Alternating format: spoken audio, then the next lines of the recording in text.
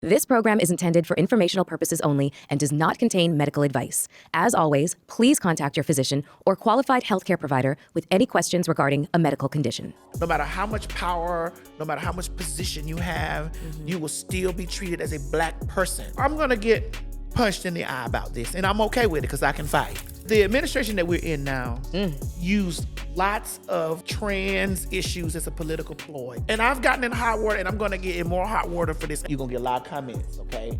They've taken the humanity from us and have made people feel like that we're public enemy number one.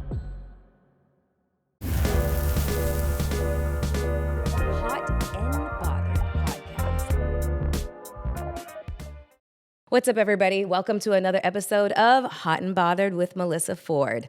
I am still here in Atlanta at what seems to be my second home. This is the Thompson Hotel in Buckhead. The staff, the location, the rooms, the setting, the rooftop, it's all so spectacular. So if you ever find yourself in the Atlanta area, even if you live here and just want to come out for a fancy night out or a drink on their rooftop, you definitely have to stop by. Now, the reason I'm still in Atlanta was because I was not leaving until I secured this guest. I have been salivating, chomping at the bit to get her to sit in this chair, and I finally got her. She is one of the most dynamic personalities I have ever met. Literally the first time I ever had the opportunity to be a part of an interview with her, jaw stayed in my lap. I probably won't even have to ask her a question because she is just one of the most loquacious people I've ever met in my entire life. She is an Emmy award-winning actress and reality star and producer. She is the first Black trans woman to ever produce and star in her own reality TV show. I do not want to miss any of her accomplishments. She is a wildly successful entrepreneur. Ladies and gentlemen, TS Madison. It's been a long time. Like I've known you for a while, a long time, and you and I've communicated via my titty acting up, y'all. I know you be reading like, girl, get your titties together.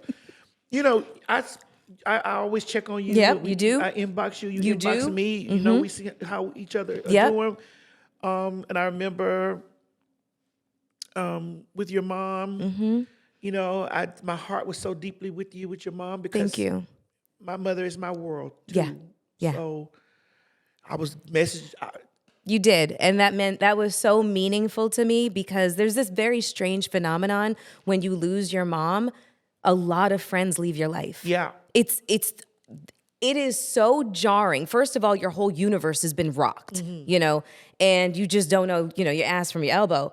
And then the people that you thought you could count on, they disappear from your life. And it's understandable that sometimes people, I don't know what to say and I don't want to say the wrong thing. Here's what you say. I don't know what to say and I don't want to say the wrong thing, but how can I show up for you? Literally, that's it. Yeah.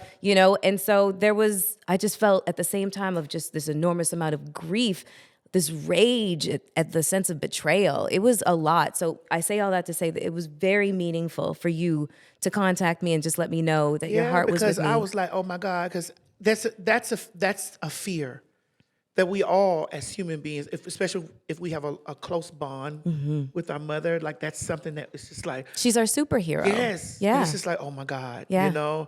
And then you start looking at how life just moves so fast and how the years just pile up, and you like, wait, 5 years ago, wait, 10 years ago, wait, 15, it's 20 years already. Yeah. And you look at your mom, and like, cause I'm looking at my mom now, and I see her struggling with RA, and I watch her still try to move and cook, and she still does her thing, but then I see her feel like she's a prisoner in her body. And at times I just be like, I wish that I could make one wish. And people always say like, well, if you had 3 wishes, what would you? My first wish would be that my mother was healed. Yeah, like that's top of the thing. Like that's my first wish, is like that my mother would be healed from RA and the effects of it that's going on with her body. And, that would be wish one. I felt exactly the same thing. Like in terms of just, I could have all the money in the world, but I literally just want my mom. I want to be able to talk to her. And when she passed away, I realized there was so much I had to ask her that I felt like I couldn't for some strange reason. You know, we weren't like besties, you know, and that was one of my biggest regrets, was that I just didn't have a lot of questions to ask her at the time where I could have. And now I'm left with so many of them. And so as a result of what I went through, I just encourage everybody, develop a relationship with your mom. If it's estranged, work it out. Yeah. You do not want to live with the regret of never having said things that were on your mind and on your heart and that sort of thing. And if you do have a good relationship with your mom, then realize she was a woman before you and before the identifiers of being mother and or wife or whatever. So get to know the person that she is. And you might actually find out your mom's kind of lit, you know? Like, you might find out your mom is lit and she has a whole history beyond just being wife and mother, because a lot of women get lost in those two identifiers. Being a wife and a mother. Well, my mother told me that, especially when it comes down to me being trans, so for people out there who don't know or haven't heard of me, you know, I'm TS Madison. Which is crazy if they have not heard about you. If they have not, you know, if they have not heard of you, I'm like, what rock have you been living under? If they haven't heard the truth, because there are lots of lies about me that we will address here. Of course. But my mother told me, she says, before I was a Christian, I was a mother. So whatever values and things that you guys want to place on me as a Christian, that's my kid. I'll meet God later about that. Yes. That's my kid. And that is part of my questioning that was going to be a little bit further down, you know, in our interview about, you know, your parents and their acceptance and how long that took. Was it immediate or No, it wasn't. I'm sure. Yeah. So that's a little bit later on. But what I wanted to focus on is right now. You are booked and busy. Always. And earlier this week, I had the pleasure of sitting down with Julian Horton. So Mallory. Mallory, yes. Yes. Her husband. Yes, her husband. Oh, the fan one. Yes. Yeah. Yeah. Well, yes, he is quite attractive. He's very fine. He's very fine. Very fine at the, yes. Roy Bellary. Oh. Yeah. So we sat down earlier today and earlier this week. So we talked about Beauty in Black. And we talked about just, if you have not seen Beauty in Black, you gotta tune in. By the time this interview airs, the second half of first season will have already aired. And boy, I stayed there watching this series. And you're in it. I was not expecting that. And that was good. You know, Tyler didn't announce me. No, he did not. And here's it. You want to know the gag about that? I felt the way that he didn't announce me, like, because I saw everybody in the cast lineup, and I was like, oh, so what are we doing here? But when I watched the trailer, and then how he even teased with me with that turnaround look that I did in the trailer, and then once the clips came out, and my clip went like millions of views, I was like, oh, I understood. I was his secret weapon. Yeah. You know? And so when we shot, you want the real tea, don't you? Of course I do. Of course I do. Let me position myself to give you But wait, do you want to tell the audience what your character's name is and what your role was? Okay, so my character name is Daga, or Daga. She's based off of a real trans woman that was doing silicone injections that happened to, she died in prison. And she did a lot of surgery, a lot of under the table work on women's bottoms and men and trans women or whatever. So she did a lot of under the table work. But her character is really dark in this series. Frightening. It's dark. Yeah. But I don't think that she meant to do, like, really in real life, I don't think that she meant to hurt anybody. I think that she meant to bring beauty to girls or to people that wanted to have augmentations, you know, at a lesser rate. I don't think that she meant to hurt anybody. Okay. But this character didn't mean to hurt anybody, but you don't have her money. Yeah. You SOL. Yeah, right. Okay, so get back to the tea. So the tea is, okay, I know I have a podcast where I talk about lots of things and lots of people. And I've had several podcasts. For those of you that don't know, I mean, Kaya and I were together. We had the Queen's Court. It's all there. We had the Queen's Court. We went on with that. Then I've did the Queen's Supreme Court with multiple rotating judges, and then I'm here now with my own show with Craig. It's called Fag Talk, and so we've over the years have been. You've evolved. You've evolved in this space, and you've also been extraordinarily resilient because you've had to deal with, shall we say, staffing issues. Yeah, staffing issues.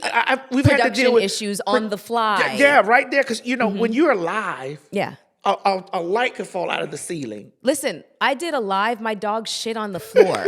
Okay, I was like, so this is just tell me what you think about my production without telling me what you think about my production. Like, so I understand the things that can just happen. It can just happen, and so people think that when you're in this, they argue with you about, oh well, I don't like this pre-recorded stuff because I can't connect. Yeah. Okay, so let's connect. We get live. Well, why the sound flickering?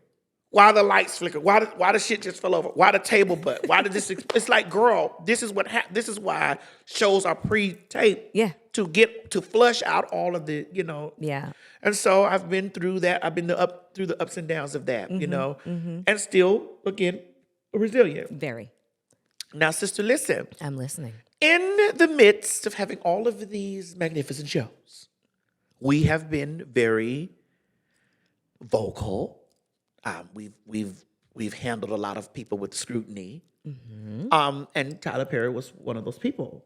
Okay. And we've talked about his shows and his productions and stuff like that or whatever. Well, I've always talked about it from the standpoint of, bitch, you're rich. Why do I see a boom mic? Until I actually got to work, I was like, I get it. Lots of times people have these opinions about stuff from the outside. Yeah. Without any armchair quarterbacking. Yeah. Backseat driving. Yeah. And when you get over there, it's like, oh, I didn't know the road was bumpy. Right. I didn't know there were accidents. I didn't see that I was in the back seat. I didn't know that this happened. I didn't know. And so when I got over into the production, I was like, oh, okay. My whole feelings, and people say though I was a switch out. No, it's not that I switched out. My feelings changed because I'm a producer myself. And you're entitled to do so. Yes. I don't understand why people feel like once you have had a change in perception because you've been educated on a subject, you are allowed to change your mind. That is what critical thinking is all about. If you really want a critical think. Exactly. And there are other a lot of people don't. They're just stuck. Like I've already made this assumption about him or her or them, they, she, and that's it. Yeah. And my thing is, when I got over there, I was like, I understand. And so with that being said, rewind it back a little bit. I had got the script when it came over, and I was like, am I being punked? Yeah, because I was going to ask, did Tyler hear your criticisms of him? Everybody hears my criticism. No, I know, but him in particular. So Sister, everybody hears my criticism. They do. They eventually will. They gets it, So I'm wondering if that intrigued him rather than offending him, intrigued him to say, listen, I need to get her on my set. Probably, because here's another thing. Like, I had a show called Turned Up with TS Madison on Fox Soul, and Monique came to my show. Was this after the live stream? This was after the live stream. Okay. And Monique came to my show. And when Monique sat down on the show, she was very talkative about everybody. She talked about Lee. She talked about Tyler. She talked about Oprah. Yeah. She talked about everybody. Yeah. But my show sparked change. She had went to The View, to this, to that. She went everywhere. When she sat down on Turned Out with T.S. Madison, my show sparked change. After she sat on my show, she said to me, like when we were going to commercial break, because I had told her, I said, now, Monique, me and Lee are like this. And I don't know if I want you to really tear him up. And she said, well, if you and Lee, if that's your friend, tell your friend to fix this shit. Tell that nigga. She said, when we was on commercial, you tell that nigga to fix this shit. I could see her saying So that. I was like, got you. When we left from doing the show, I called Lee. I was like, bitch, it's too long. We talking. After that, change happened. Lee called her, went to her show, did this up, and they mended up, and then boom, the deliverance came out. Look at you. It was just that. You being a conduit. But like I love Monique. I've been a Monique fan for a long time. You know what I'm saying? And then Lee is my friend. So it's just like, come on. Like, what are we doing? Yeah. You know, it's probably the Libra in me, you know? Yeah. Scales, Yeah. balance. Yeah. So on that show, she had said something about Tyler. She said that there was a tape that she had heard him talking about her. I mean, wait a minute, excuse me. She said on the tape, she said, she let me hear when they had a conversation, like she had taped the conversation, and I heard it. And I said, yeah, I heard the conversation. I ran into Tyler at TIFF. We doing pretty good? Yeah, we're good. Okay. I ran into Tyler at TIFF, which is Toronto International Film Festival, for those of you who don't know. Yeah, I'm always working. Honey. Yes, always. Don't you ever get it twisted. Don't you let those people out here fool you and tell you that I'm a trainee that sits online and read women. Baby, I'm too busy getting to the coin, Yes, okay? Yes. And so I was in a movie called Bros from Universal Pictures. I ran into Tyler. So I saw Tyler coming in. I was like, Should I speak? Should I? Tyler. No, I didn't. Okay. So he was easing the itch. And so I was talking to Sanaa Lathan. And we were talking with her, and I saw him easing. And so I said, I know he's going to speak to her. Yeah. Because she's Sanaa Lathan. Yeah. So he's going to speak to her. So he came, he spoke to her. And so I was standing there. So I reached to grab him. And I grabbed his hand, and he was like, hello, how are you? I said, hi. I'm TS Madison. He said, who? What's your name? I said, I'm TS Madison. He said, huh? Say it again. I said, I'm TS Madison.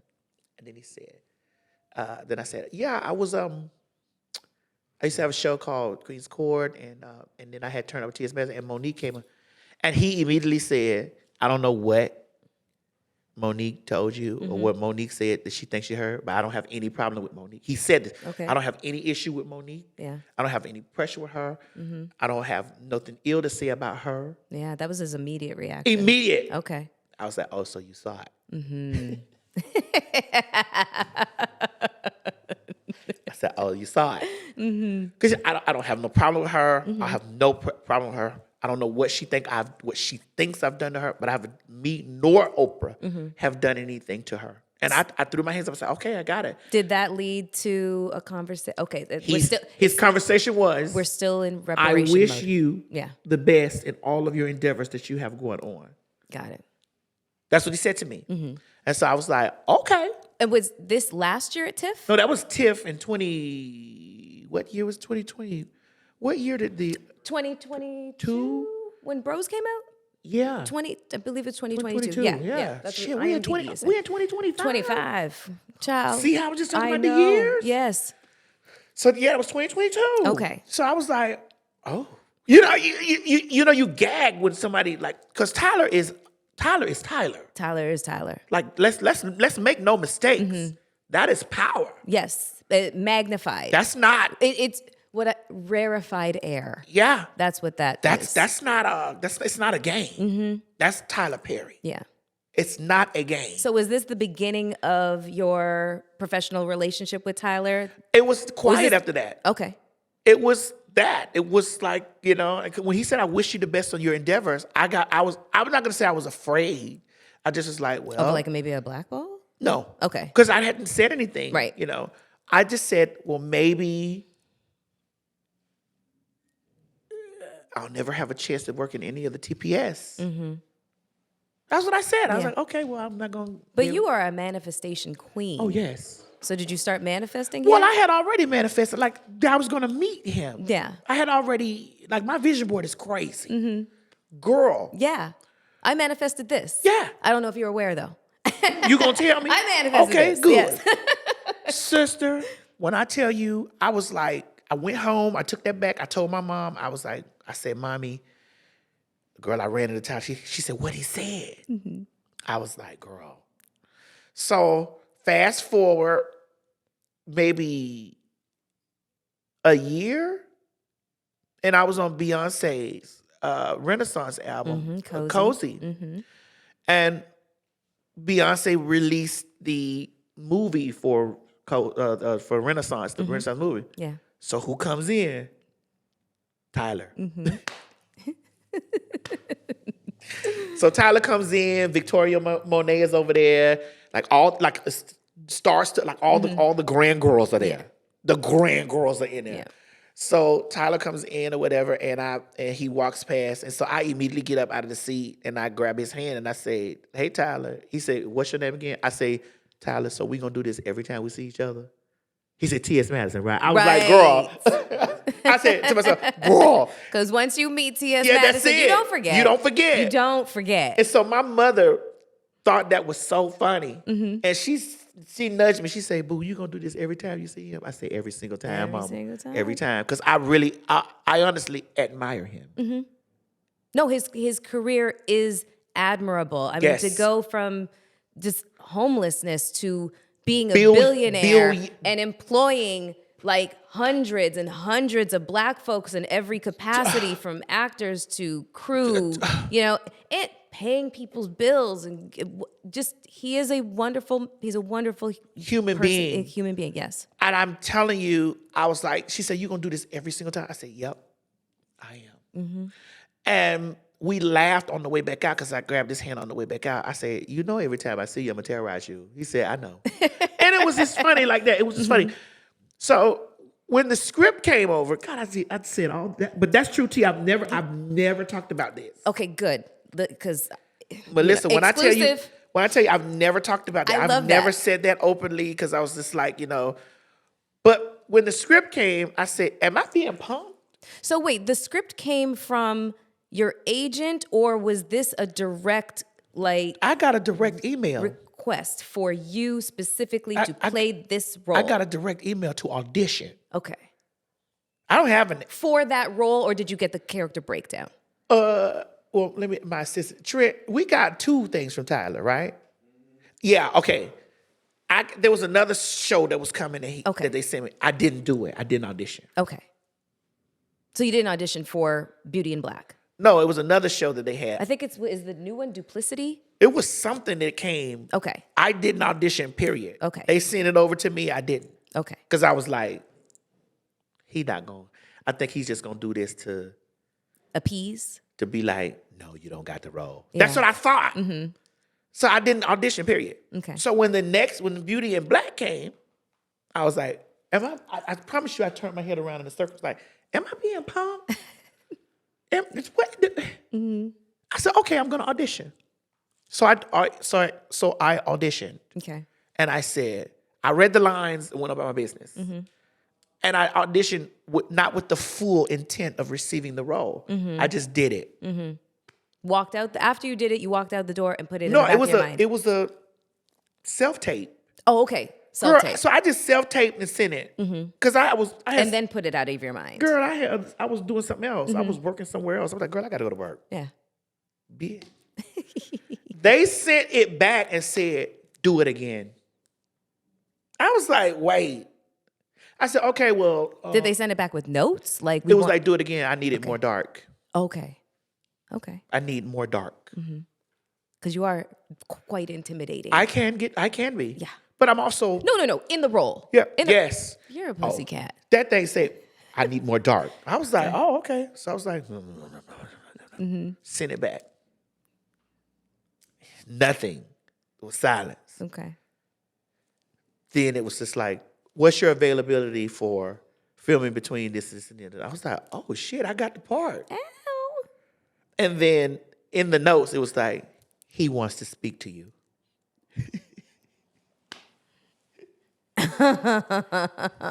Send your number. Okay, so how'd that go? It was very good. You're my favorite type of interview because there's 2 different, I put people into 2 different boxes. One, you throw a question at them and they are so charismatic and loquacious that question they answer it 15 different ways, and then it's like a tree branch. All these other questions come out and it just becomes just like this. It's easy. Exactly. It's a really easy back and forth. And then you have the people who sit there, you ask them the question, they answer, And then they wait for the next question. And Yeah. you're like, oh my God. Those this people is are like not. pulling I don't fucking think that those teeth. people are really stars. Well, there's that. There's, okay. We 27 minutes. Yeah, great. And we still We haven't gotten anywhere yet. Like we got some good stuff because you spilled some, some tea. But I'm telling you, but there's so much other stuff. But here. listen, I never told nobody that. Because I actually was intimidated.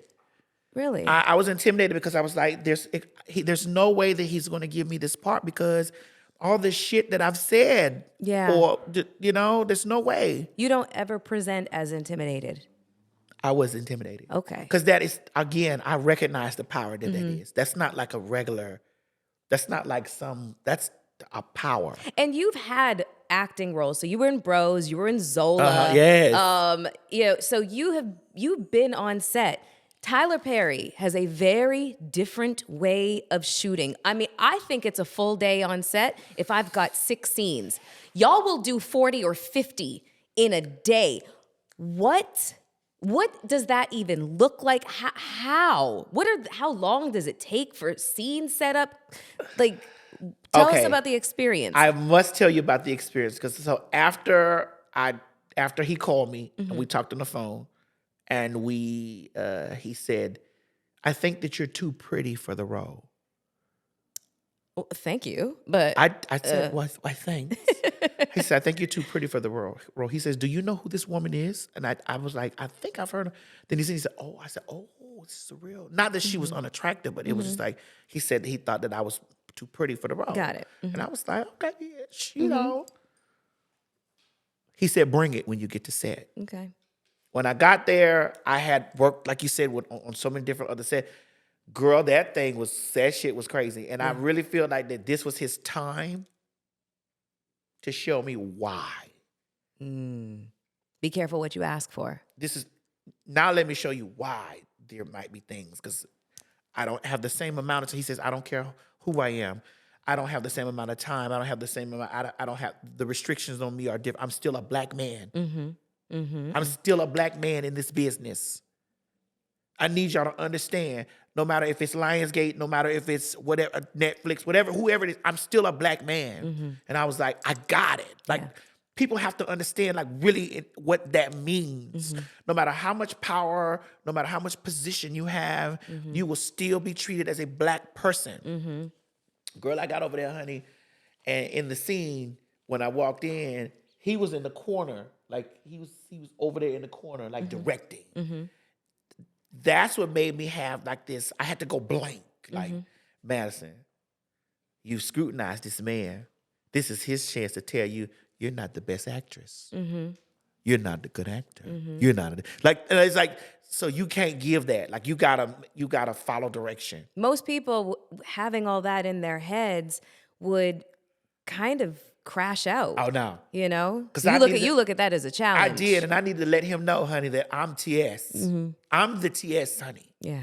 Give me the job. Tell me what to do. He said, "Make her scared." "Hi, I'm Dega. This is Chase." He said, "Blank stare." Right, he was just giving me direction, like right there on the spot. And he said, "You don't know the next page?" Because I was like, "Oh shit, we got to do the next page."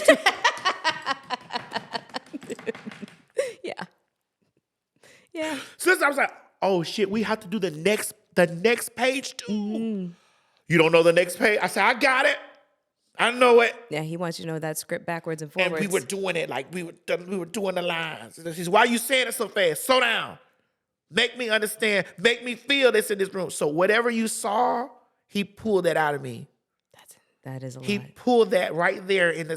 He said, "Make me feel that." He was talking directly to me, like, "Move over here to the left.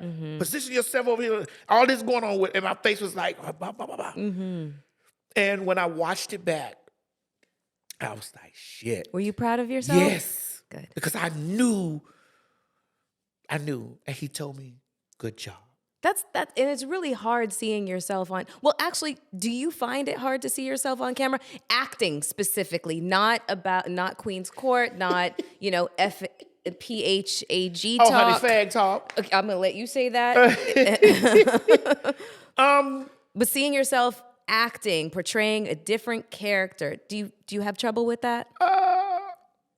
I do. Okay. Because I don't think people really understand, like, I'm from the South. And so, like, right now I'm in interview mode. Mm-hmm. But, like, when I'm reading scripts and all this stuff, I'm like, you want me to, how can I enunciate that? Like, I wouldn't say that word. Yeah. Or like, how, like, I wouldn't put that in a sentence. And then it's like, you're acting. Yeah. Okay, ad lib. Tell me how you'd say it. And then I tell him, I said, I don't like that.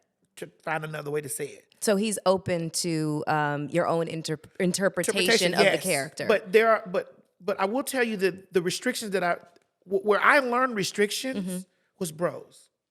Okay. I learned restrictions with Judd Apatow, Billy Eichner, Nicholas Stoller. Like, These are huge names, by the way, Yes. in white comedies. Yes. And it's rom-coms, 27 Dresses, yes, Bridesmaids. Like, you know. just Google Judd Apatow and you'll get the gist of who she was in the company of. Yeah, and who I communicate with these people. Like, these people love me, you know what I'm saying? And so I was afraid. I was more afraid of them because, like, they was white folks, you know what I'm saying? White men. White men. Jewish and so too. I was, yes. And so I was scared. I was like, oh shit. And it was like, TS, can you say that again? Can you say it directly like it's on the paper? I'm like, Yeah. oh, God. They want you to adhere to the script. I've worked with two different types where it's just like, read the words on the paper, make them, make them your own, but adhere to the words on the paper. And then the other ones where, like, you could improv. Yeah, go. Yeah, just.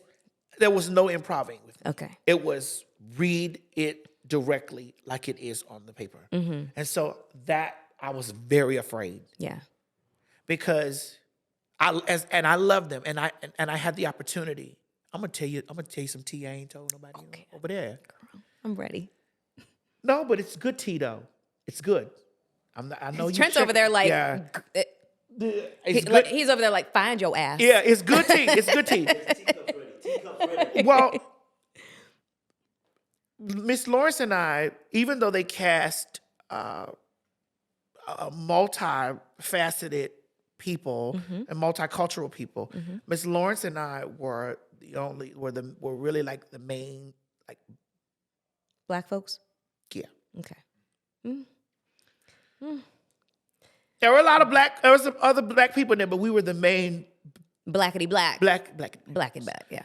And so that was it was a lot of weight on me and on both of us because we understood as black people, you got to understand that when That now you come into a space and basically you kind of represent what is considered to be the monolith. Yeah. But it's not. Yeah. But it's hard to make people see who you are. and so just in a moment. you like, I gotta follow the script. And then me as an actress, personality, and person that does their own thing, I felt Restricted. I felt extremely restricted. I did. Yeah. But it challenged me to act. It challenged me to not come in as me, but come in as the character. And girl, I was like, okay. When we went to TIFF, a person stood up in the audience and said,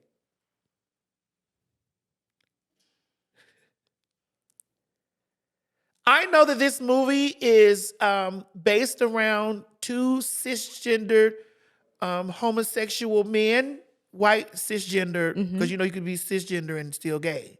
Okay. Yes. Yes. We're gonna get to that next. Two cisgender white men in a love, when it needed to be more colorful. What do you have to say to that? The panel is quiet because they don't know how to answer that question. So I said, well, listen, honey, you see the two colors that's sitting up here? Miss Lawrence is fluorescent beige, and honey, and I'm black like that. Now, you do know that it takes a ramming machine to knock a wall down. Let them knock the wall down, and then once we're through, allow them to, allow us to tell the story as well. Allow them to add us to the story. Basically what I'm saying, let the wall get broke down because we were the first rom-com of about gay men, gay white men. So we were the first one that made it to theaters like that. Like, I thought the concept of it was fantastic. Yeah. So we're in the process of breaking down barriers. Yeah. So yes, we will get to it being more diverse in a minute. Let us kick the door in first.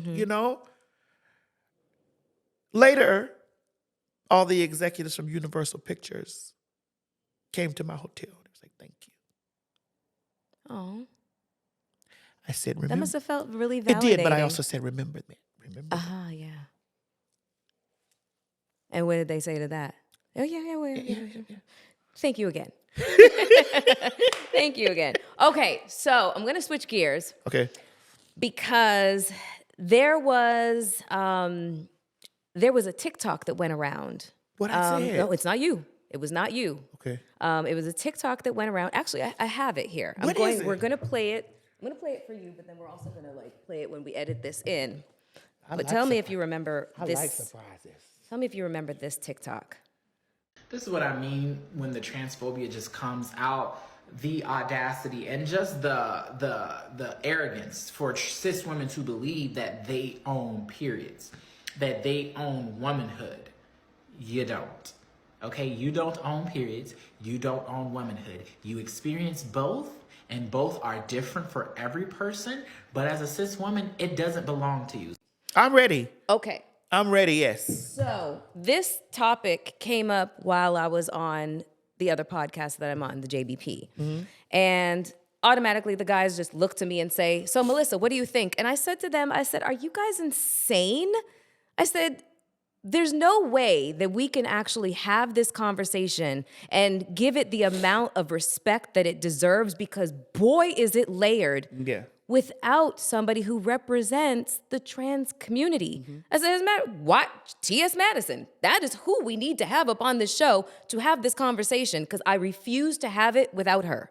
And I saw you clip that up. I did. I did it on purpose. And you know I did. Because you're the only one that I thought should be speaking on it, just who I know. So I was like, TS is the one to ask about this situation, because you got to keep it all the way real and funky. Yes. So, okay.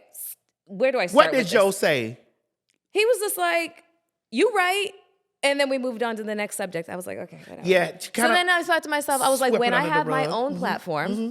this is when I'm going to have TS up, because I want to talk about this particular subject amongst a bunch of other things, because I am a fan and an admirer of yours. And one of the things that I love most about you is just how authentically you are, how real you are. And just most people, your takes, most people wouldn't expect you to stand on the sides that you do. So we'll get to that. Okay. So when you saw this video, what was your first reaction? My first reaction to the video when I watched it, because they didn't clip it that long. They clipped it where the clips that made it to the media were women don't own periods. Yeah. And I'm like, how is that possible when only females can menstruate? Yeah, we were also really confused too. Yeah, because I was like, well, how does that work? Yeah. Because the only humans allowed that I know they can menstruate are females. Right. So what are we talking about here? And so I wrote that, like, only females can have periods. Yeah. Now, I don't know what you may identify as, but we're talking, factual things here. So I got an explanation just recently that I was like, Well, I want to help. I want to add to that. But after I watched the video in its full context, I said, "Oh, I understand what the creator was saying." Okay. The creator was stating that there are layers to, what they were trying to explain is for menstruation. There are trans men, and there are cisgender women. I don't really like using the term cisgender, because I think, and I need to say this so that because I'm going to go back and Okay.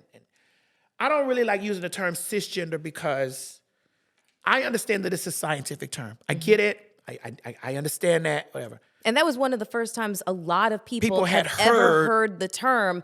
And so there was an automatic, like, just revulsion towards the word. We're like, wait, hold on one second here. Is this a new definition? Yeah. We were women. Yeah, we were. So I'm going to get punched in the eye about this, and I'm okay with it because I can fight. But I don't like to use the term cisgender because when I'm trying to convey a message out, some people will stop right there at cisgender, and they don't want to hear any other explanation.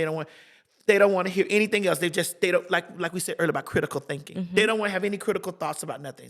So if it takes for me to say biological woman or genetic woman or just a woman, for me to get what I need to say out, I'll move the cisgender aside just to get my point or just to get an educational moment. I will do that. So what the creator was saying was that cisgender women don't necessarily just own womanhood. Womanhood also is a part of being a trans men can have womanhood or access to because genetically they were born female. Exactly. And so that they can menstruate. Yeah. However, and through, when we're breaking it down, we're talking about biologically, even though the gender identity is male, biologically, a trans man is a female because of biology. Yes. But gender, sex, and sexual orientation are three different. There's a separation between genitalia and identity. Correct. Because I know without any thought or any second thought, I know that I was born male. I know that. But I also know in the same thought that I'm not a man. I know that I'm not a man. I know that my presentation is woman. I know that. There's countless men in this room. Both of us are, you are a female. I'm presenting female. I was born male. But we have the same shared experiences. Your ability to menstruate, that's a lived experience that I won't ever be able to have. Because of the biology that separates us. But you and I can sit and talk about men all day. Yes, we can. Because that's a shared experience that we have as women. So we can talk about that. We can talk about how men treat us. We can talk about how, and we're black. So we can talk about how men treat black women. We can talk about this because these are shared experiences. Yeah. Lived experiences, I don't know what it's like to menstruate. Yeah. Lived experience, I can't carry a kid because I don't have ovaries to have that lived experience. You and another biological woman will have that lived experience. Yeah. We only have a shared experiences from me being adjacent to. Yes. But that doesn't negate the fact that I'm a trans woman.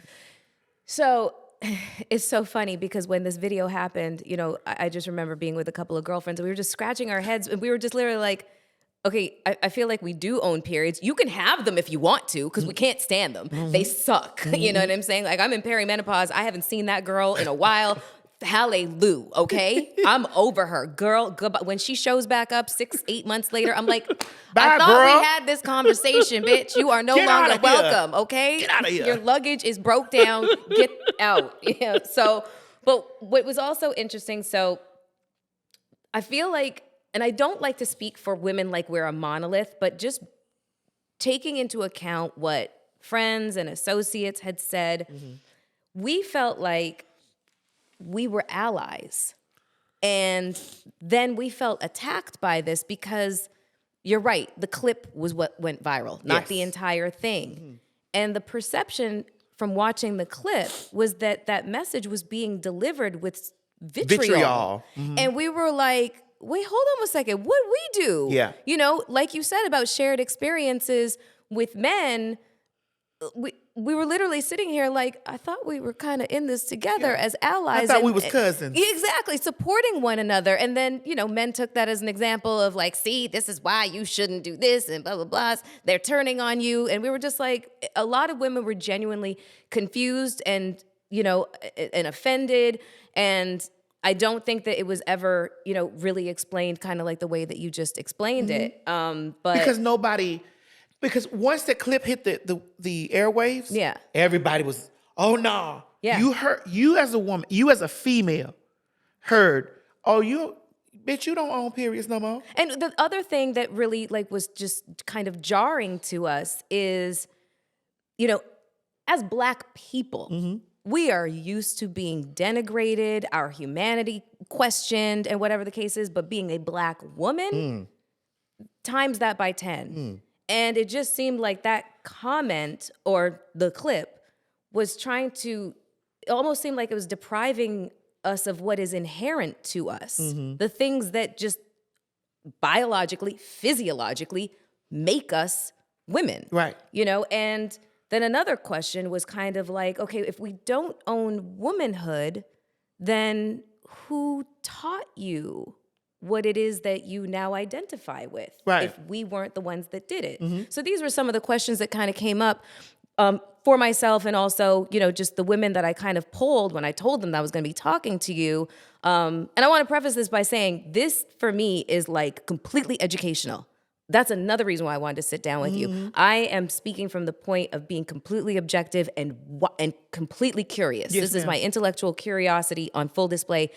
And listening to you kind of as an expert, telling me just to sort out what was a very confusing moment for a lot of women. Well, it was in the whole process of that, I was confused too because of the way that the clip was, the context of the clip, because they clipped it, and I think because the administration that we're in now used lots of trans issues as a political ploy. Yeah, they did. To get people to side with them, because little clips like that and little videos of oh God, I'm gonna get it, whatever, of men in the restroom screaming out, I'm trans, because as a trans person, I'm over there like, bitch. So okay, you gonna feel me on this. As a woman, you know what it takes to be a woman every day. Yeah, whether I like it or not. Whether yes. you like it or not. As a trans woman, I know what it takes to be a trans woman of my identity every day. To go in there and see videos pop up every day of niggas talking about they trans women, standing over the sink, shaving and doing shit like that. And I'm like, bro, so what's going on here? So now you can just get up and say that you're a trans woman. I'm a Black trans woman. Being a Black trans woman, if you were a moment of feminine, you were a fucking man. If you weren't a moment of that, Melyssa, you know you done been all on the magazines and the covers and all in the video. We saw women like you. We saw women like Buffy the Body. We saw women like Little Kim, Mary J. Blige. We as Black trans women growing up from that area of our lives were interested in looking like y'all. Emulating y'all. Y'all were the bad bitches that we wanted to be like. And so this new age stuff that started coming along with all of this, I'm a woman and I got a 5 o'clock shadow. Yeah. I was like, girl, and I've gotten in hot water and I'm going to get in more hot water for this. And I'm okay with it because I can fight. Yeah. I'm like, bro, when do we get to the place of, and then I had some of my other sisters coming up here trying to educate me, saying, well, Madison, you need to understand that, we've gotten to this place of societal norms and how society, makes women out to be this and women should live a certain way, but there are women who are not. And I'm like, I get it. I hear you. I'm almost 50 years old. So a trans woman from my era is not over there telling you, girl, you got that 5 o'clock shadow, you're a woman. I'm not saying that to you. Now, I'm not invalidating your identity. I'm just asking you to put some effort into your look. Now, Okay. sister, you're gonna get a lot of comments, okay? I was going to anyways. You're gonna get a but lot of comments I'm, here. I'm excited. I feel, Okay. and my word is not the law, but I'm a trans woman from a different time. When you do this again, you need me again and some younger ones so we all can sit and other biological women so that we can get an understanding here. That is the intention. Trust me when I say I am going to, if I can get you in your booked and busy schedule, I would love to have that round table that helps to unify. Because I'm not going to have all the correct answers. I'm not going to have the perfect answers. I'm just going to tell you from my lived experience with our shared experience. Yes. We watched beautiful women like you have men over there, and that's what we wanted. Yeah. We wanted that as women. This new thing where the girls are, and I'm like, I try to get it. I try to understand. I try. And as a leader in the community, I try to make sure that I voice it. And so this is the way that I'm voicing it now. Okay. Ma'am, I will never invalidate another trans person's identity. However, if you identify as trans, you know the world that we live in. You know what the outside. We have not changed the world in its entirety yet. We have pulled the world in to try to communicate with the world about our existence or whatever. And I know that we are not a monolith. However, if your identity on the outside is not reflecting to the general public, what you are, you can't not understand why these people have questions. Or come to immediate assumptions. You can't say like, well, I don't understand why they're looking at me like that. Girl, because you in here with a high top fade. You're somewhere with a high top fade and you're not, this is, and yes, there are women that have, y'all hear me out, please. Don't jump on my back because I don't really want to go through this with y'all. There are women, Grace Jones can wear a high top fade. Yes.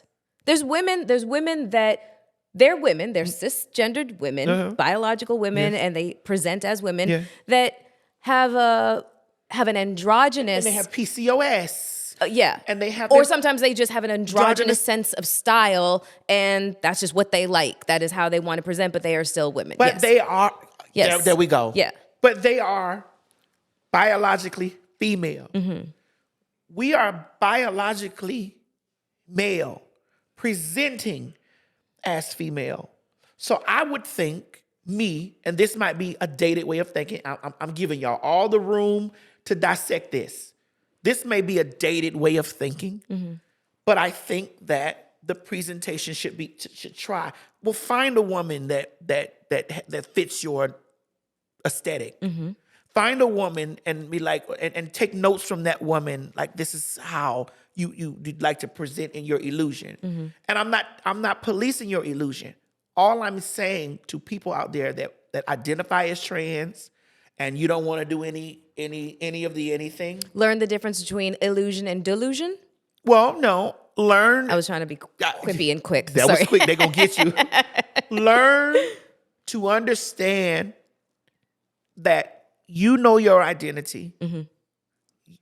I'm not invalidating your identity, but you live in a world outside that doesn't understand any of that yet. And presentation is everything. Yes. Visual perception is everything. It is. It's everything. It's make or break a lot of the time. Yes, we still get women and men out there who say, you'll do all that and they'll still call you a man. However, because they can call me a man all day, honey. It don't.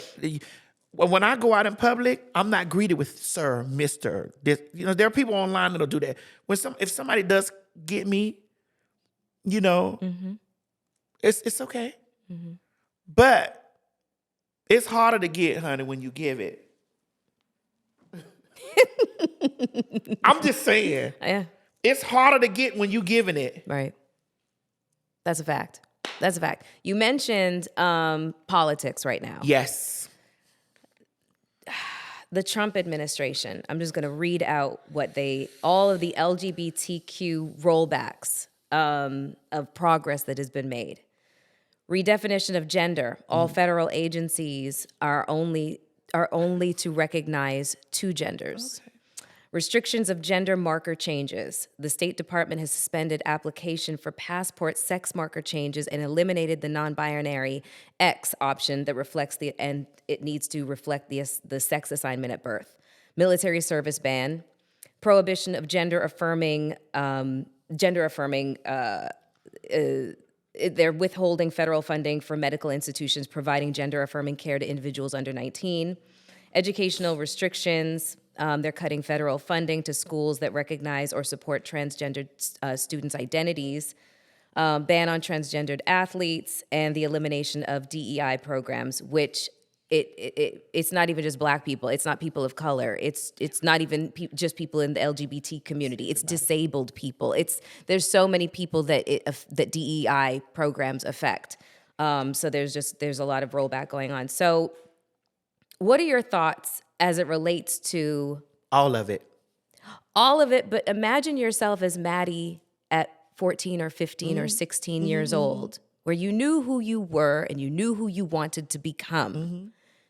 Can you put yourself in the position of somebody who might be 14, 15, 16 going through this right now? Here's the thing, at 47, 48, I'm going through all those things right now. Because gender affirming care doesn't just, he's not just doing that for 14 or 19 year olds. He's doing it for all of us. So what does that mean? What does that mean for you and your peers? That means that hormones. So you don't have access to hormone blockers and all of that stuff. Okay. Like they're trying to do that because again, when you say, well, we're only going to, there's only male and female. When there's male, there's female, there's intersex. I mean, come on. When you say things like that, you put people in a position like, oh yeah, well, you know, you dog whistle the medical industry. Your gender is male. What do you need hormones for? Why do you need hormones? What are we doing here? Let's say if your doctor adheres to this type of stuff. I still take hormones at my age. Surgeries. Everybody is not financially stable as myself. I can go do a cosmetic surgery, whatever. But there are people who've gotten gender affirming surgeries, you know, through their insurance. Like it's all through your health care, how this works. Girl, we're looking at the way we travel. Passports, identities. Yes. Imagine, you know, you're going through and you have to give it to get it. And you're giving it. And you're stopped and they're like, sir. It makes your life more complicated. We're 1%. 1%, Melyssa. What is the focus? What have we done?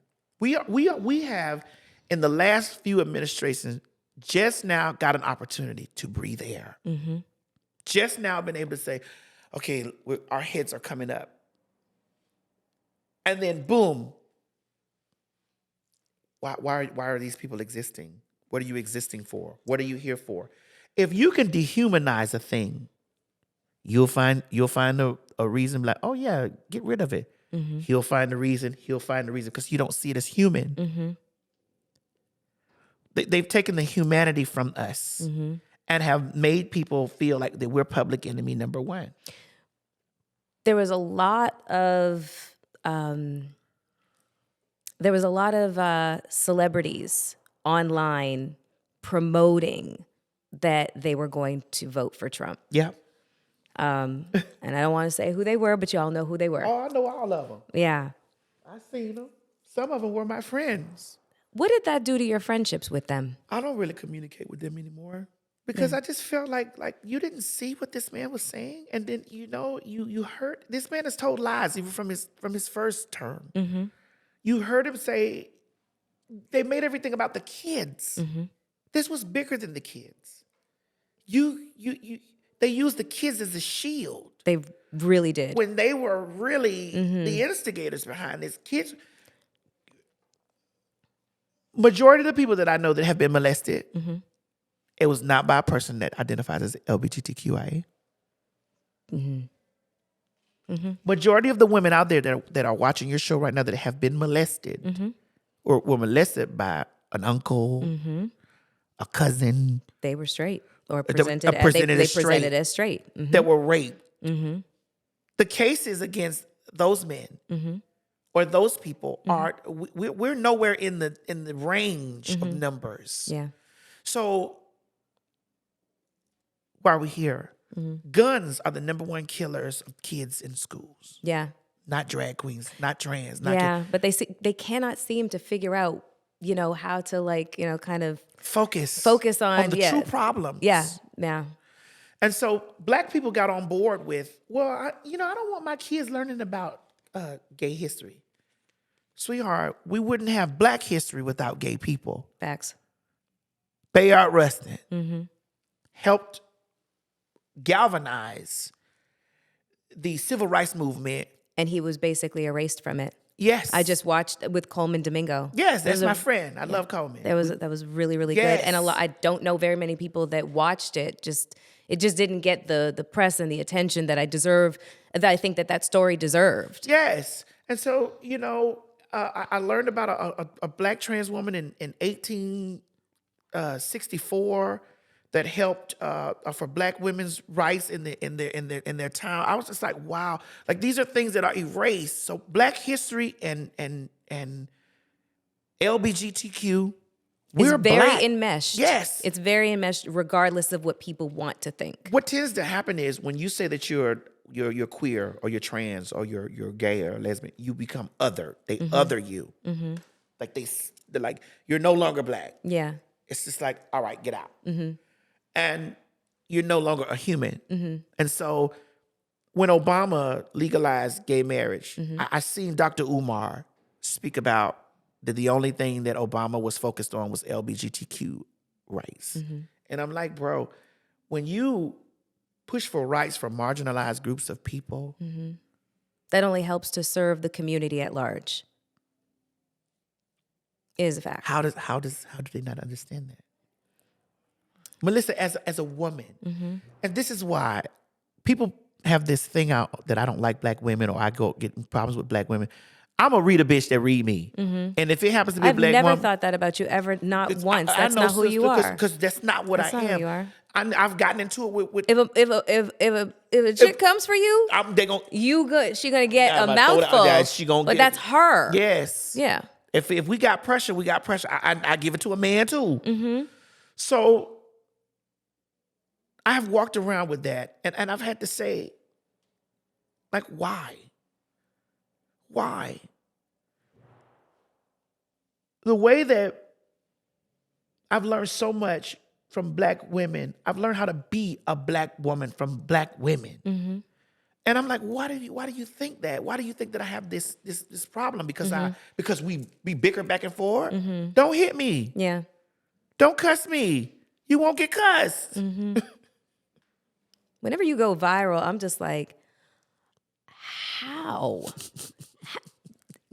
How do you can just give it out as much as it comes to you? Like, I would just curl up in the fetal position. Girl, I'm versed. Yeah. I can give as much as I can take. And you do. You handle going viral and you handle the onslaught of criticism like nobody I've ever seen before. Well, because I was a street bitch.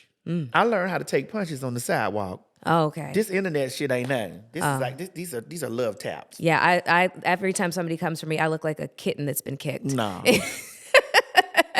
No. I'm from Canada. I'm like, yes, I was born and raised in Canada. We're like nice in our DNA. If we step on your foot, we say sorry. Sister, you Canadian. I am Canadian. Yes. Yes. Y'all some of the sweetest people. I love Canada. we are. Why Trump?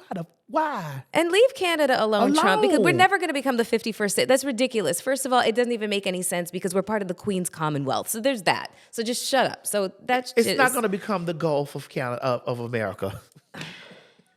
Don't even get me started on him. He is just distracting everybody with all these stupid executive from the real orders. things. Exactly, from the real things that basically he's about to bankrupt this country. There's a reason why he's getting rid of all of these federal employees, like en masse. He is going to drain these federal agencies of their budgets and pay back the billionaires that got him into office. This was not a free and fair election. No. Be clear. First of all, these billionaires arranged for and his espionage with Putin. They arranged for him to become the president. That's why he looked so. That's why he wasn't even breaking a sweat on the campaign trail, because he already knew he was going to be installed as the next president. Yeah. Kamala didn't stand a chance No. because she was actually trying to win a campaign. He stole it, but Yeah, it was stolen. Starlink. They were the machines that were used to tally the votes. Starlink. I watched at the Super Bowl a commercial where, what's it, G? No. T-Mobile and Starlink are linking up with the satellites or whatever. I'm like, oh my God. So they are, this is all about controlling the people through your phone system. Through, like, Elon is really here to control the people. Elon is really who's the one that's he's controlling our he's country. actually the president, and his son, Shield, is made that clear while he was in the Oval Office. I don't know how many children he has. I think he just had like the 13th Well, one. of his- You really never see his children, and one of his children Is is trans, trans. and she, I'm not sure. Yeah, he's been the worst father. Yeah. But suddenly he's walking around with this kid, and I'm like, Shield. Yeah. Just to create the perception Yeah. that he's like an involved father. No. And it's gross. Yes. To be using a child like that. Yes. Yeah. But so, Well, that child gave very Omen, very Damien Thorne. thank you for saying so, because I was like, that kid is reminding Very me of Damien something. Thorne. The Omen. Yes, the Omen. Giving. Yes. Giving. Okay, so this is kind of in line with what we were talking about, just in terms of the unification of Black folks and just, how divided we seem to be. So you have something online, Bitch, I'm Black. Yeah.